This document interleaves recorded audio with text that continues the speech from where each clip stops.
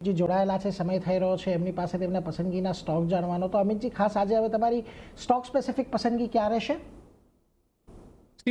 Grasim limited પર આપણે ધ્યાન રાખી શકાય, કારણ કે ગ્રાસિમ લિમિટેડમાં અગર આપણે જોઈએ તો લાસ્ટ યર જ આપણને 25-20 ની આસપાસથી એક સારી આપણને રિકવરી જોવા મળી હતી, ને એના પછી કન્સિસ્ટન્ટલી એને 2700 ને એના પછી હવે 2800 ના લેવલ જે છે સસ્ટેન કરી રહ્યું છે.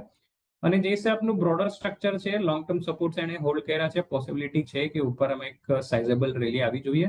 તો કરંટ માર્કેટ પ્રાઇસ પર 2860 ની આસપાસ ફ્યુચર બાય કરી શકાય. 2750 નો ઇનફેક્ટ સ્ટોપ લોસ રાખવું જોઈએ. અને ટાર્ગેટ જે છે ઉપરમાં 3100 નો રાખી શકાય. So not only from trading perspective, થોડું પોઝિશનલ આઉટલુક હોય તો પણ ગ્રાસિમમાં ધ્યાન રાખી શકાય.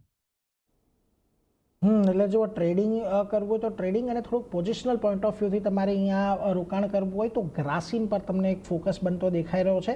2750નો એક સ્ટોપ લોસ લગાવવો, 3100 સુધીના લક્ષ્યાંક અહીંયા તમને આવનારા સમયમાં જોવા મળી શકે છે. એટલે ગ્રાસિમ પર તમારે અહીંયાથી ધ્યાન રાખવાનું છે કે જ્યાં આગળ અત્યારે ખરીદદારીની સલાહ બનતી દેખાઈ રહી છે અમિતજી દ્વારા, એટલે ધ્યાન રાખીશું. પરંતુ આગળ